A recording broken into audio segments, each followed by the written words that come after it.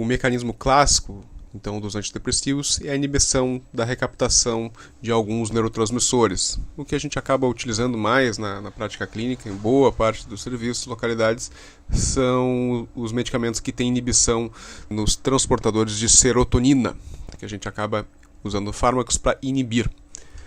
Contudo, ao inibir o transportador de serotonina no neurônio pré-sináptico, a gente acaba aumentando a disponibilidade de serotonina na fenda sináptica e essa serotonina vai se ligar, enfim, em todos os receptores, tanto pré quanto pós-sinápticos, e nem sempre a gente vai ter os efeitos desejados que a gente quer com o nosso paciente, porque nem todos os receptores de serotonina produzem efeitos benéficos nos transtornos de ansiedade e nos transtornos depressivos. Então a gente acaba tendo alguns efeitos adversos e a gente acaba tendo problemas com alguns fármacos.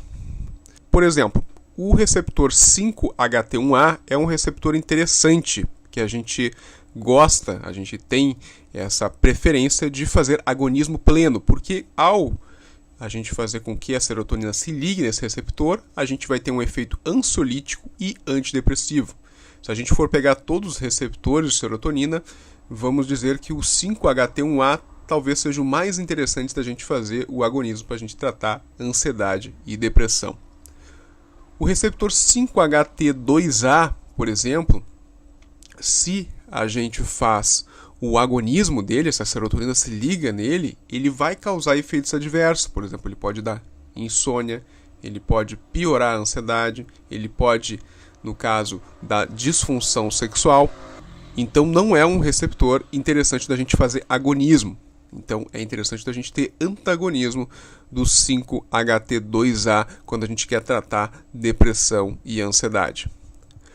O receptor 5-HT2C, se a gente faz o agonismo dele, a gente vai ter perda de peso, que seria um efeito interessante, contudo, a gente pode fazer com que a ansiedade piore desse paciente. O receptor 5-HT3, então se a gente faz o agonismo desse receptor, a gente vai ter náusea e efeitos gastrointestinais que também não são interessantes. Já o receptor pré-sináptico 5-HT1B, que é um autorreceptor pré-sináptico, ele, se a serotonina se liga nele, ele faz com que a liberação então pré-sináptica da serotonina se reduza.